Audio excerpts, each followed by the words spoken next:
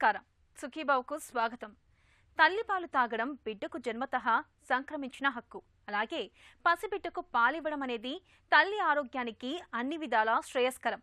అయితే అర్థం పర్థం లేని అపోహలతో నేటి తరం తల్లులు చాలామంది తమ పసిబిడ్డకు పాలివ్వడానికి అయిష్టత చూపిస్తున్నారు.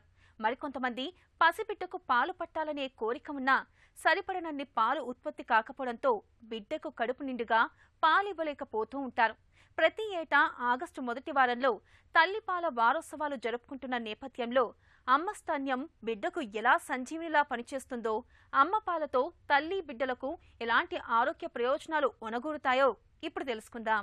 తల్లిపాలు అన్ని పోషక విలువలతో కూడిన అమృత ధారలు.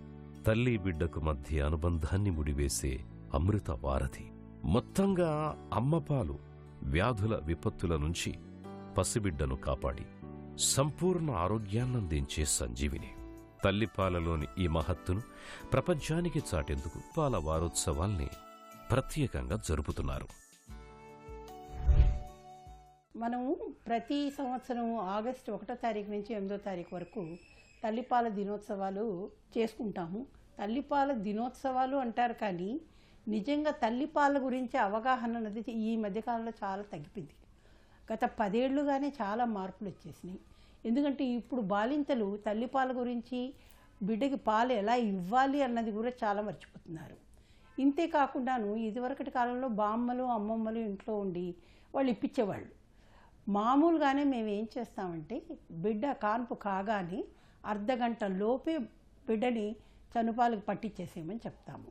ఇది ఎందుకంటే ఇది చాలా విధాలుగా దోహదపడుతుంది. మొట్టమొదటిది, బిడ్డ చనుపాలని తీసుకోవడం మూలంచి సక్లింగ్ అంటారు. అంటే నోట్లోకి తీసుకోగానే ఆక్సిటోసిన్ అన్న హార్మోను తల్లికి విడుదలవుతుంది. దాంతో ఏమవుతుందంటే యూట్రస్ బిగుసుపోయి బ్లీడింగ్ అన్నది తగ్గుతుంది. అంటే కాన్పు తర్వాత బ్లీడింగ్ తగ్గడానికి కూడా చాలా ఉపయోగపడుతుంది. కానీ చాలామందికి ఇది అర్థం కావటం లేదు. హాస్పిటల్లో ఉన్నప్పుడు మా నర్సులు చేపిస్తున్నారు, అది అర్ధగంటకి కాకముందే చేపించేస్తారు. అందులోనూ నార్మల్ డెలివరీ అయితే వెంటనే కూడా ఇవ్వమని చెప్తున్నాం బేబీని తల్లికి ఇచ్చి. కానీ చాలామందికి అసలు ఎలా ఇవ్వాలి అన్నది కూడా తెలియటం లేదు. మామూలుగానే గర్భిణీగా ఉన్నప్పటి నుంచే డాక్టర్లు మేము చెప్తాము బ్రెస్ట్ ఎలా కేర్ తీసుకోవాలి, ఏం చేయాలి, ఒకవేళ నిప్పుల్స్ ఎలా ఉన్నాయి, ఇవన్నీ మేము ముందరే పరీక్ష చేస్తాం అనమాట. అంటే చనుమొనలు నార్మల్గా ఉన్నాయా లేక ఫ్లాట్గా ఉన్నాయా, అది బయటికి రావట్లేదా, బయటికి రావడానికి అప్పటి నుంచే మేము ప్రయత్నాలు చేస్తాం. ఇవన్నీ చేసి చాలా మేము చెప్తాం వాళ్ళకి. తల్లిపాలు ఇవ్వడం మూలంచి కలిగే మేలు గురించి చాలా చెప్తాం. మొదటి 3 రోజులు చాలామందికి పాలు రావు. దీన్ని మురుపాలు అంటారు. ఈ మురుపాల విశిష్టత గురించి చాలామందికి తెలియటం లేదు. ఇప్పుడు తల్లి గర్భంతో ఉన్నప్పుడు మేము వాళ్ళకి టీకాలు ఇస్తాం. ఆ టీకాల్లోని రోగనిరోధక కణాలు, తల్లి నుంచి రోగనిరోధక కణాలు తల్లి పాలలో, ఈ మురుపాలలో చాలా ఎక్కువ ఉంటుంది. ఆ మొదటి 3 రోజులు ఇది ఇవ్వడం మూలానికి బిడ్డకి రోగనిరోధక శక్తి చాలా బాగా పెరుగుతుంది. బిడ్డకి మనం 6 వారాల దాకా ఏ టీకాలు ఇవ్వం కదా, ఉట్టి పోలియో బీసీజీఏ ఇస్తారు. కానీ మిగతా జబ్బులు, కోరింత దగ్గులు, డిఫ్తీరియా ఇలాంటి వాటివి ఇవ్వము. ఇప్పుడు తల్లికి ఇస్తున్నాము ఆ టీకాలు. దాని మూలంచి తల్లి నుంచి రోగనిరోధక కణాలు బిడ్డకి పోవాలి అంటే ఈ 6 నెలల్లో, ఈ 6 వారాల లోపు బిడ్డకి ఎటువంటి జబ్బులు రాకూడదంటే వీళ్ళు పాలు ఇవ్వాలి. కాబట్టి హాస్పిటల్లో ఉన్నంత వరకు మేము ఇప్పిస్తున్నాము. కూర్చోబెట్టి ఎలా ఇవ్వాలి, పడుకుని ఇవ్వకూడదు. మొట్టమొదట కూర్చొని ఇవ్వాలి. పడుకుని ఇచ్చినప్పుడు కొన్నిసార్లు ఏమవుతుందంటే బిడ్డకి ముక్కు అణిగిపోతుంది కదా, వాళ్ళు ఏడుస్తారు, పాలు తాగరు. అలాగే ఎన్నిసార్లు ఇవ్వాలి రోజుకి పాలు, అది ఒక పెద్ద ప్రశ్న అన్నమాట. బిడ్డ మెసిలినప్పుడల్లా, మరీ ఏడుస్తున్నప్పుడు బిడ్డను తీసుకుని పాలిస్తే వాళ్ళు పట్టరు చనుల్ని. కాబట్టి కొంచెం మెసులుతున్నప్పుడు వాళ్ళకి ఆకలి ఇస్తుందని అర్థం అన్నమాట. కాబట్టి పాలు ఇవ్వాలి. ఇంకొక సందేహం చాలామందికి, నాకు సరిగ్గా పాలు వస్తున్నాయా లేదా అని. 3వ రోజు కానీ పాలు రావడం మొదలు పెట్టదు. 3వ రోజు నుంచి పాలు వస్తాయి. కానీ ఆ చనుపాలు ముందర మురుపాలు ఇచ్చేటప్పుడే ప్రతి 2 గంటలకి కనీసం ఒకసారి మనం పాలు ఇవ్వాలి. మినిమం 8 టైమ్స్ అని చెప్తాము పర్ డే, అంటే పొద్దున్న నుంచి రాత్రి వరకు. కానీ మొదటి 3 నెలలు వాళ్ళకి ఏడ్చినప్పుడల్లా పాలు ఇవ్వాల్సిందే. దాంతో వాళ్ళ బరువు కూడా బాగా పెరుగుతుంది. తల్లి స్తన్యం పేగుబంధాన్ని మరిపించే అనుబంధం. అమృతతుల్యమైన పాలు అమ్మలో ఎలా ఉత్పత్తవుతాయో ఇప్పుడు చూద్దాం. ఇక్కడ కనిపిస్తున్నవి పాలు తయారయ్యే గ్రంథులు. ఇక్కడ ఉత్పత్తి అయిన పాలు సన్నటి నాళికల ద్వారా చనుమొనల చుట్టూ గుండ్రంగా ముదురు రంగులో ఉండే ప్రాంతంలోకి చేరతాయి. బిడ్డ పాలు తాగడం ప్రారంభించగానే స్తనాల చివర నరాలు ఉత్తేజితమై సంకేతాలను మెదడుకు చేరవేస్తాయి. దీంతో మెదడు కింది భాగంలోని పిట్యూటరీ గ్రంథి పాల ఉత్పత్తికి కీలకమైన ప్రొలాక్టిన్ హార్మోన్ని ఉత్పత్తి చేస్తుంది. ఇది సాధారణంగా జరిగే ప్రక్రియ. మన దగ్గర బిడ్డ పుట్టాక వెంటనే తల్లిపాలను పట్టడానికి చాలామంది వెనుకాడుతుంటారు. 1-2 రోజులు ఆగేవాళ్లు మనకు కనిపిస్తారు. అంతవరకు గ్లూకోజ్ నీళ్లను తాగిస్తుంటారు. నిజానికి ముర్రు పాలలోని కొలెస్ట్రాల్ అనే పోషక పదార్థం బిడ్డకి చాలా అవసరం. బిడ్డ పుట్టాక మొదటి గంటలోనే రొమ్మును అందించడం, ముర్రు పాలను తాగించడం చాలా అవసరమని చెబుతారు డాక్టర్లు. ఇంకా చాలా అపోహలు ఉన్నాయి తల్లిపాల గురించి. వాళ్ళు ఏమి ఆహారం తీసుకోవాలి, పత్యాలు చేయకూడదు, నీళ్లు బాగా తాగాలి. మన దగ్గర ఒక అపోహ ఏంటంటే బాలింత నీళ్లు తాగితే పొట్ట బాగా పెరిగిపోతుందని. అలా ఏం పెరిగే అవకాశాలు లేవు. మనం పాలు ఇస్తున్నప్పుడు మన శరీరంలోంచి చాలా నీరు ఆ పాలలో వెళ్ళిపోతుంది. అంతేకాకుండా బాలింతకి తను గర్భంతో ఉన్నప్పుడు మన శరీరంలో చేరిన నీరంతా కూడాను ఆ టైంలో బయటికి వెళ్ళిపోతుంది. కాబట్టి తల్లి బాగా నీళ్లు తాగడం చాలా ముఖ్యము. కాచి చల్లార్చిన నీళ్ళే తాగాలన్నది లేదు, కానీ ప్రొటెక్టెడ్ వాటర్ అంటే శుభ్రమైన నీళ్లు తాగాలి. అంతేకాని కాచి చల్లార్చిన నీళ్ళు తాగాలని ఎక్కడ లేదు. నీళ్లు శుభ్రంగా ఉండాలి. కనీసం రోజుకు 3 లీటర్ల నీళ్లు తాగాలి. బలవర్ధకమైన ఆహారం తీసుకోవాలి. ఎందుకంటే తల్లి బలవర్ధకమైన ఆహారం తీసుకుంటేనే కదా పాలల్లో కూడా నా సత్తువ బిడ్డకి అందుతుంది. ఇంకో ముఖ్య విషయం ఏంటంటేను మొదటి 10 రోజుల్లోనూ బిడ్డ కొంచెం బరువు కోల్పోతుంది. కానీ బరువు కోల్పోతుంది, నా పాలు సరిపోవటం లేదు అని చాలామందికి అపోహ. అందుకని వెంటనే ఏం చేస్తారు, పిల్లల డాక్టర్ బరువు తగ్గుతోందమ్మా అని చెప్పగానే పోతపాలు మొదలు పెడతారు. ఈ పోతపాలల్లో మన ఇటీవల మీరందరూ న్యూస్ పేపర్ చదువుంటే వాడిని చూసుంటారు. బడుగు రాజ్యాల్లో అంతాను వాళ్ళు షుగర్ కంటెంట్ చాలా పెంచేస్తున్నారు ఈ పాల పౌడర్లలోనూ. అది మీరు వెళ్తే కనుక మనకు బాగా ఉన్న దేశాలలోనూ అంత షుగర్ ఉండటం లేదు. దీంతో పిల్లల ఆరోగ్యం దెబ్బతింటుంది ఎక్కువ షుగర్ ఉండడం వలంచి. అలా కాకుండా చనుబాలలో అన్ని సమతులంగా ఉంటాయి. తల్లి పాలివ్వడం వల్ల అటు పసిబిడ్డకే కాదు ఇటు తల్లికి కూడా ఎన్నో రకాల లాభాలు ఉంటాయి. ఒంట్లో ఇమ్యూనిటీ పెరుగుతుంది. అన్నిటికీ మించి క్యాన్సర్ల నుంచి రక్షణ దొరుకుతుందని చెబుతారు నిపుణులు. బిడ్డకు పాలు పట్టడం వల్ల తల్లికి ఒనగూరే ఆరోగ్య ప్రయోజనాల గురించి ఇప్పుడు తెలుసుకుందాం. అమ్మ పాలు తల్లికి బిడ్డకు మధ్య అనుబంధాన్ని ముడివేసే వారధి. వ్యాధుల విపత్తుల నుంచి పసిబిడ్డను కాపాడే సంజీవిని. అయితే బిడ్డకు పాలివ్వడం మూలంగా రొమ్ముల్లో బిగువు సడలిపోతుందని, అందం తరించిపోతుంది అనే భావన ఈ తరం తల్లుల్లో చాలామందిలో కనిపిస్తుంటుంది. నిజానికి ఈ నమ్మకాలు ఒట్టి అపోహలు మాత్రమే. తల్లిపాల మూలంగా బిడ్డకే కాదు అమ్మకు ఆరోగ్య ప్రయోజనాలు చాలానే ఉన్నాయి. బిడ్డకు స్తన్యమిచ్చినప్పుడు తనలోనే ఆక్సిటోసిన్, ప్రొలాక్టిన్ అనే హార్మోన్లు ఎక్కువ మోతాదులు విడుదలవుతాయి. ఇవి తల్లి బిడ్డల మధ్య విడివడ్డ పేగుబంధాన్ని తిరిగి అనుబంధంగా మార్చడంతో పాటు కాన్పు తర్వాత సన్నగిల్లిన అమ్మ ఆరోగ్యాన్ని తిరిగి గాడిలో పెట్టడానికి ఎంతగానో ఉపకరిస్తాయి. అన్నింటినీ మించి breast cancer, cervical cancer, endometrial క్యాన్సర్ల ముప్పు నుంచి అమ్మకు రక్షణ లభిస్తుంది.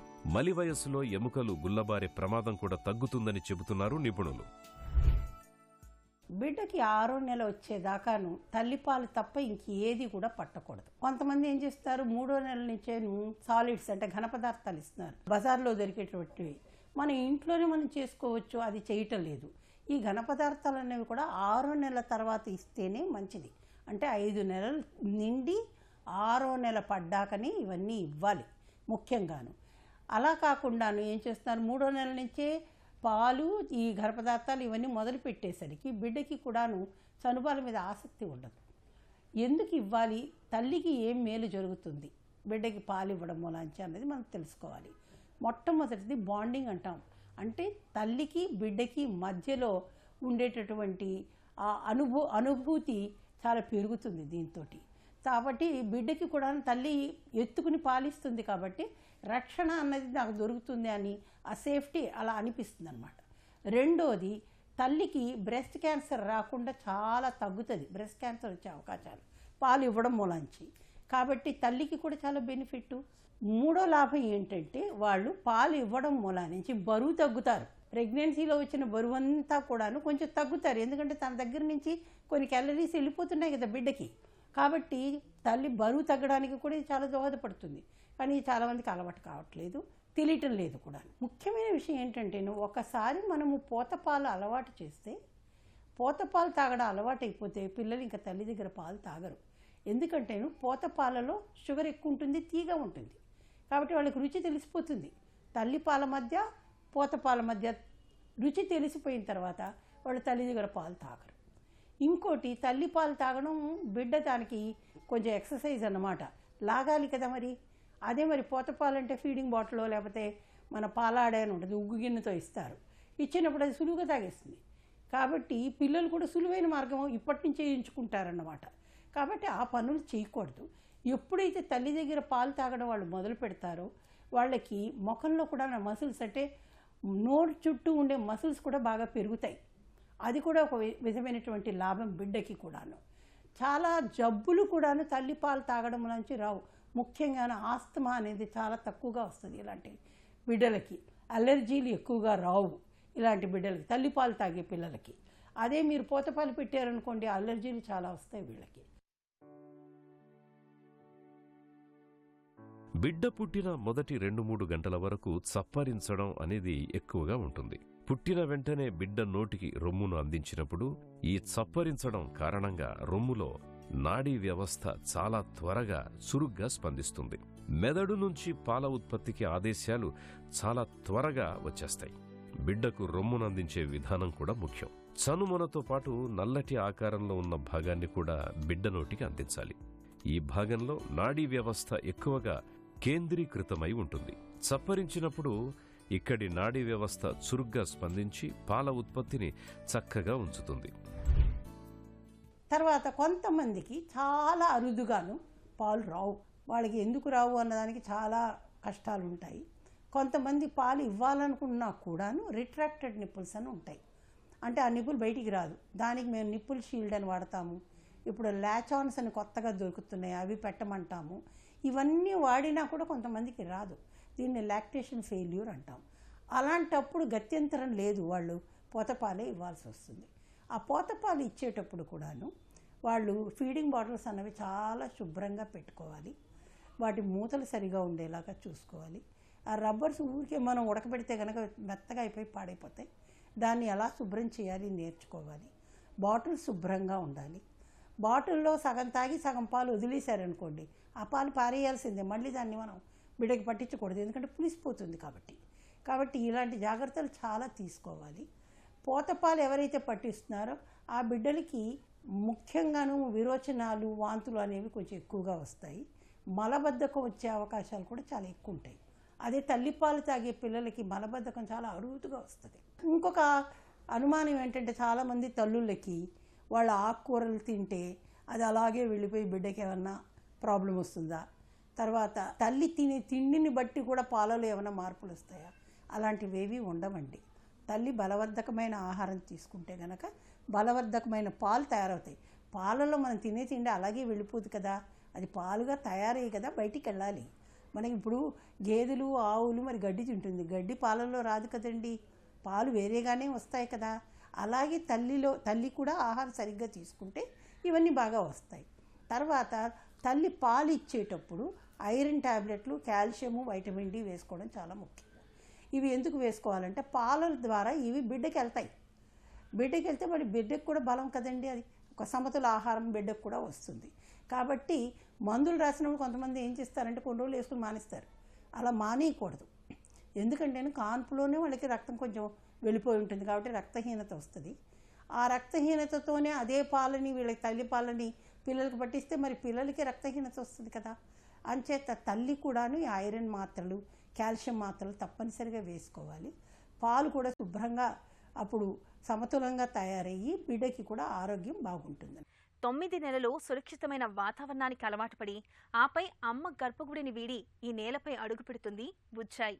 అప్పటి వరకు పరిచయమే లేని ఈ లోకంలో తల్లిపాలు తప్ప మరో ఆహారం రుచించని ప్రాయమది. మరి తల్లిపాలు అందకపోతే ఆ చిన్నారి హృదయం తట్టుకోగలదా? అలాంటి పిల్లలకు మరో తల్లిపాలు దానం చేస్తే ఎలా ఉంటుంది? పసి ప్రాణాన్ని నిలబెట్టే తల్లిపాల బ్యాంకుల గురించి ఇప్పుడు తెలుసుకుందాం.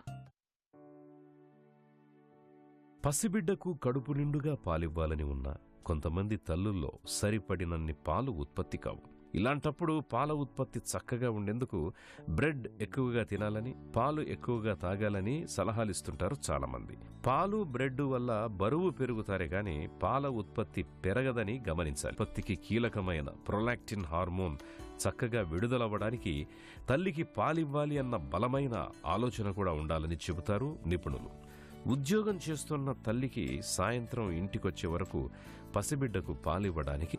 అయితే బాటిల్ ఫీడింగ్, కప్ ఫీడింగ్ చేస్తున్నప్పుడు వాటి శుభ్రత విషయంలో ప్రత్యేకంగా జాగ్రత్తలు తీసుకోవాలి. మేము చూసేది ఏంటంటేను, తల్లి పాలు ఇవ్వడానికి ఇష్టపడటం లేదు. వాళ్ళు పనిచేస్తున్నారు వేరే చోట, అంచేత వాళ్ళకి అవకాశం రావట్లేదు, వాళ్ళు వెంటనే ఉద్యోగాలకు వెళ్ళాలి అన్నది కూడా ఇప్పుడు లేదు. ఎందుకంటే 6 నెలలు మనకి మెటర్నిటీ లీవ్ ఉంది. మేమందరం పిల్లల్ని కన్నప్పుడు మాకు 2 నెలలే ఉండేది. అయినా మేము ఎలాగో కష్టాలు పడి తల్లికి బిడ్డలకి పాలిచ్చేవాళ్ళం. ఇప్పుడు 6 నెలలు మీకు సెలవు ఇచ్చినా కూడా తల్లిపాలు ఇవ్వడానికి కష్టపడుతున్నారు. అది ఎందుకు అన్నది మాకు కూడా అర్థం కావటం లేదు. మేము చాలా విడమర్చి చెప్తాము, అన్నీ చెప్తాము, అయినా కూడా చేయటం లేదు. ఒకవేళ నిజంగానే ఏదైనా కాన్పోయిన తర్వాత వాడు ఉద్యోగానికి వెంటనే వెళ్ళిపోవాలనుకోండి, అలాంటప్పుడు వాళ్ళు తల్లిపాలు తీసి రిఫ్రిజిరేటర్లో పెట్టచ్చు. దానికి మామూలుగానే ఇప్పుడు కొన్ని కంటైనర్స్ అని వస్తున్నాయి, దాంట్లో వాళ్ళు పెట్టేస్తే కనుక అది బయట తీసి పెట్టి రూమ్ టెంపరేచర్ వచ్చాక బిడ్డకి పట్టించవచ్చు. కానీ అది తల్లిపాలు మాత్రం ఎట్టి పరిస్థితుల్లో కాచకూడదు. మామూలు పాలను కాచినట్టు అవి కాల్చకూడదు. తల్లిపాలు కొంతమందికి ఎక్కువగా వస్తాయి. అలా ఎక్కువగా వచ్చిన వాళ్ళు దాన్ని డొనేట్ చేయొచ్చు. ఇప్పుడు మనకి మిల్క్ బ్యాంక్స్ అని ఉన్నాయి. ముఖ్యంగా మన నిలుఫర్ హాస్పిటల్లో కూడా ఒక మిల్క్ బ్యాంక్ ఉంది. ఇది ఎందుకు ఉపయోగపడుతుందంటేను, నెలలు నిండకుండా పుట్టిన పిల్లలకి ఈ పాలు ఇవ్వడం వలన వాళ్ళ ఎదుగుదల చాలా బాగా ఉంటుంది. ఊరికే నేలపాలు అయ్యే బదులు ఈ పాలు మనం డొనేట్ చేయడం వలన ఆ పిల్లలు బాగుంటారు. దాంతో వాళ్ళ ఆరోగ్య పరిస్థితి కూడా చాలా మెరుగుపడుతుంది. కాబట్టి మిల్క్ బ్యాంక్స్కి కూడా డొనేట్ చేయొచ్చు. 6 నెలలు అయిన తర్వాత పిల్లలకి తల్లిపాలతో పాటు మామూలుగా మెత్తగా ఉడికించిన అన్నము, లేకపోతే కనుక మన పొంగల్ అంటాం చూసారా, అలాగా ఆ కిచిడీలు లాంటివి, మెత్తగా ఉడికించినటువంటి కూరగాయలు, మెత్తగా మెత్త అయిపోయిన పండ్లు, ఇవన్నీ కూడా కొంచెం కొంచెం పెట్టాలి. మరీ కుక్కకూడదు. వాళ్ళకి 1 స్పూను లేక 1/2 స్పూను పెట్టచ్చు. వీటన్నిటితో వాళ్ళకి ఆహారపు అలవాట్లు కూడా అలవాటైపోతాయి అన్నమాట. కాబట్టి 6 నెలల వరకు మాత్రం ఎక్స్క్లూజివ్ బ్రెస్ట్ ఫీడింగ్ అని చెప్తాం. అంటే తల్లిపాలు తప్ప ఇంకేమీ ఇవ్వకూడదు, నీళ్లు కూడా పట్టకూడదు వాళ్ళకి. ఎండాకాలం కదండి, ఎలాగ పట్టకపోతే అని కొంతమంది అడుగుతారు. ఎండాకాలంలో కూడా అవసరం లేదు. మీరు సరిగ్గా పాలు ఇవ్వగలిగితే గనక ఈ కష్టాలు ఉండవు. ఇంకోటి ముఖ్యంగా నిద్ర ఉండటం లేదని చాలామంది కంప్లైంట్ చేస్తారు. మొదటి 3 నెలల్లో పిల్లలకి ఆ నిద్ర అన్నది అంటే స్లీప్ ప్యాటర్న్ రాదు. అలాంటప్పుడు వాళ్ళు రాత్రులు లేచి ఏడుస్తారు, మీరు పాలు ఇవ్వాల్సిందే. మరి పిల్లలకి అనడం పెంచడం అంటే సులువు కాదు కదండి. మీ తల్లిదండ్రులు కూడా వీళ్ళని అలాగే కదా పెంచారు. కాబట్టి వీళ్ళు లేవాల్సిందే. ప్రతి 2 గంటలకో 3 గంటలకో లేవాలి. పిల్లలకి ఒకటే భాష తెలుసు, ఏడవడం. వాళ్ళు ఆకలికి ఏడవచ్చు, కడుపులో నొప్పి వస్తే ఏడవచ్చు, తడిసిపోతే మోషన్ చేసినా లేకపోతే మూత్రం చేసినా తడిసిపోతే ఏడవచ్చు. కాబట్టి మనం లేచి చూసుకోవలసిందే. నేను తల్లి పడుకుంటుంది, వేరే ఎవరో చూసుకుంటారు అంటే మాత్రం ఆ బాంధవ్యం అనేది తగ్గిపోద్ది. ఎప్పుడైతే తల్లి ఈ పనులన్నీ బిడ్డకి చేస్తుందో అప్పుడు తల్లికి బిడ్డకి మధ్య బాంధవ్యం కూడా చాలా బాగా పెరుగుతుంది కదా. అంచేత ఇవన్నీ కూడా చాలా ముఖ్యమైనటువంటిది. చనుబాలు పట్టించే సమయంలో ఆ తల్లి బిడ్డలు పొందే మధురానుభూతిలో జీవితకాలపు ఆరోగ్యం ఇమిడి ఉంటుంది. అయితే అందరు తల్లులకు ఆ అదృష్టం ఉండకపోవచ్చు. కొందరిలో చనుబాల ఉత్పత్తి తక్కువగా ఉండొచ్చు, మరికొందరు అనారోగ్యాల వల్ల పాలు పట్టించలేకపోవచ్చు. మరి అలాంటి అత్యవసర సమయాల్లో బ్లడ్ బ్యాంకుల్లాగే పనిచేసే స్వచ్ఛమైన చనుబాల బ్యాంకులు సైతం ఇవాళ మనకు అందుబాటులో ఉన్నాయి. ఆరోగ్యవంతమైన తల్లులు ఎవరైనా పాలను దానం చేయొచ్చు. పుట్టగానే తల్లిని కోల్పోయిన పిల్లలు, కావాలనే తల్లి వదిలేసిన శిశువులకు ఆహార కొరత లేకుండా చేస్తున్నాయి ఈ మిల్క్ బ్యాంక్స్. బిడ్డకు జన్మనిచ్చాక తల్లి అనారోగ్యంతో బాధపడుతూ పాలు పట్టించలేని నిస్సహాయ స్థితిలో కూడా ఈ బ్యాంకులు అత్యుత్తమ సేవలు అందిస్తున్నాయి. తల్లిలో పాల ఉత్పత్తి తగు మోతాదులో లేనప్పుడు పిల్లలు పుట్టగానే దత్తత తీసుకున్న సమయంలో పసిబిడ్డ ఆకలిని ఇట్టే తీర్చగలవు. అమ్మ పాలు అమృతంతో సమానం. ఇందులో మరో మాటకు తావులేదు. తల్లి తన బిడ్డకు కడుపు నిండుగా పాలు పట్టడం ఆ బిడ్డ ఎదుగుదలకు అవసరమైన అన్ని పోషకాలు సమృద్ధిగా అందుతాయి. ఇమ్యూనిటీ బాగుంటుంది. ఇటు తల్లికి కూడా అనేక ఆరోగ్య ప్రయోజనాలు లభిస్తాయి.